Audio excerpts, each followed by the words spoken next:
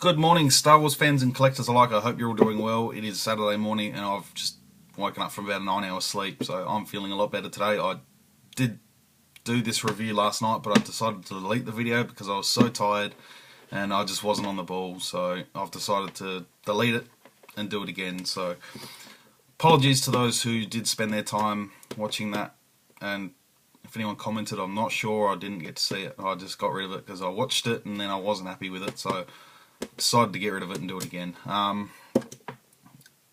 So yeah, thanks again for all your feedback as usual.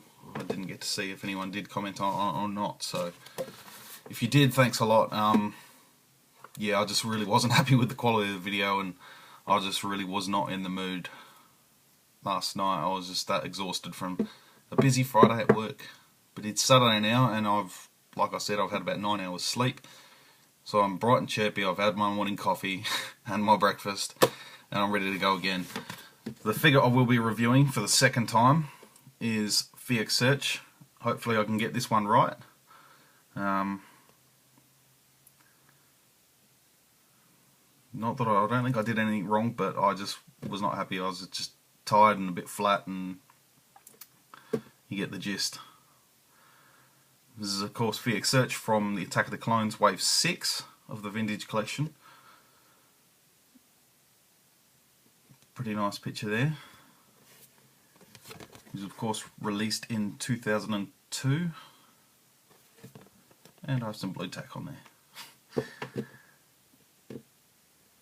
This is part of the Attack of the Clones line, even though it wasn't really a designated line like we've had with the other movies.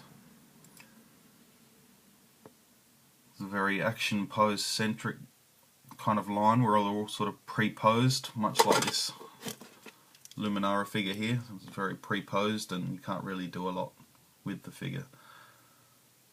So it's good to see them phase that idea out as the years went on. Onto the figure, I suppose.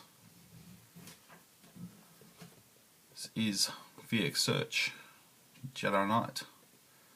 He's a very nice figure. I highly recommend you pick him up if you can find him.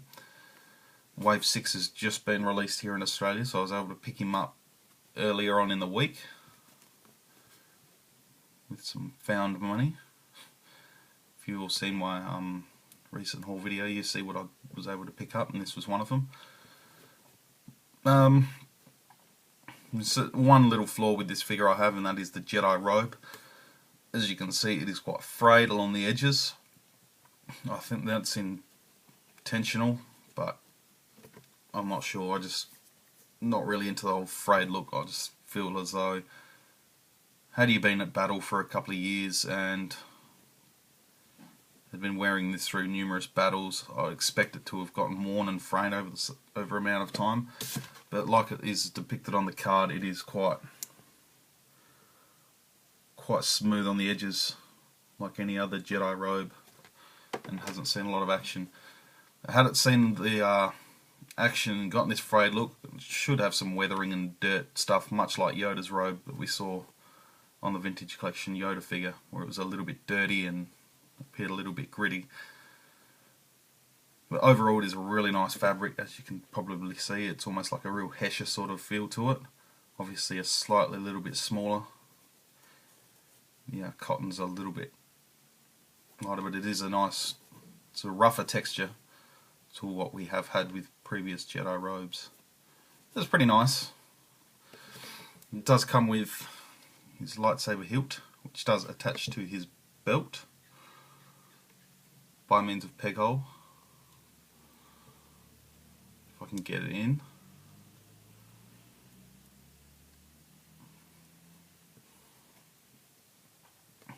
It does display pretty nicely with it on there. I'm still not happy about the hoods. They're just way oversized. It'd be nice to see like a little stitching in the corner there or something, just to sort of hold it flat. I've done that with one of my Anakin's or Darth Vader figures from the Vintage Collection. I've just sort of added little bit of super glue so the hood can sit down. So I've got him displayed in my march on the Jedi Temple, where he's wearing his hood up, and the only way I can make it look good is by having a bit of super glue just to sit it flat over his head a bit. I will take this robe off just to show you the rest of the figure, because it is, I believe, his best form without the robe.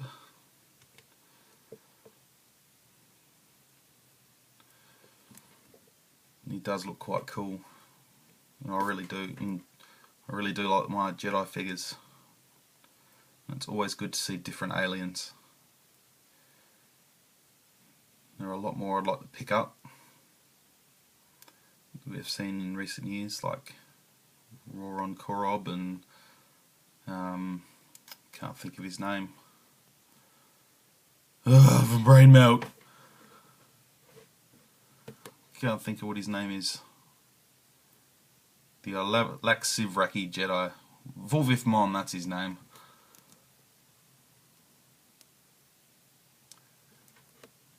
Still like to pick up lots of other alien Jedi to add to my Attack of the Clones thing.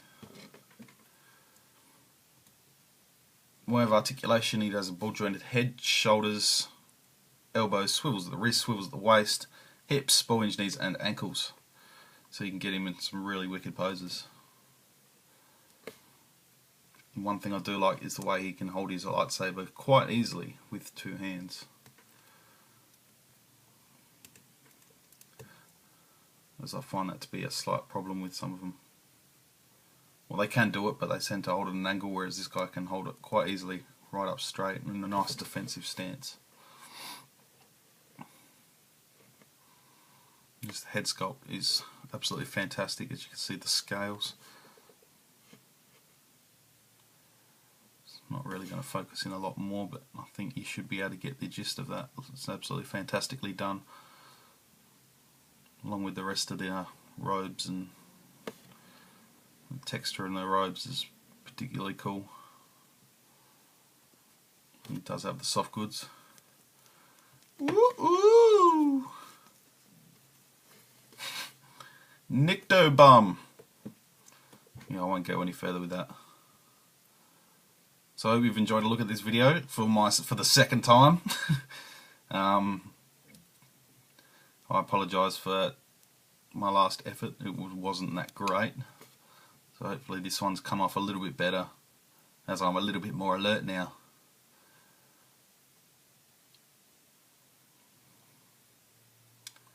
So as usual guys, I appreciate all your feedback and comments, and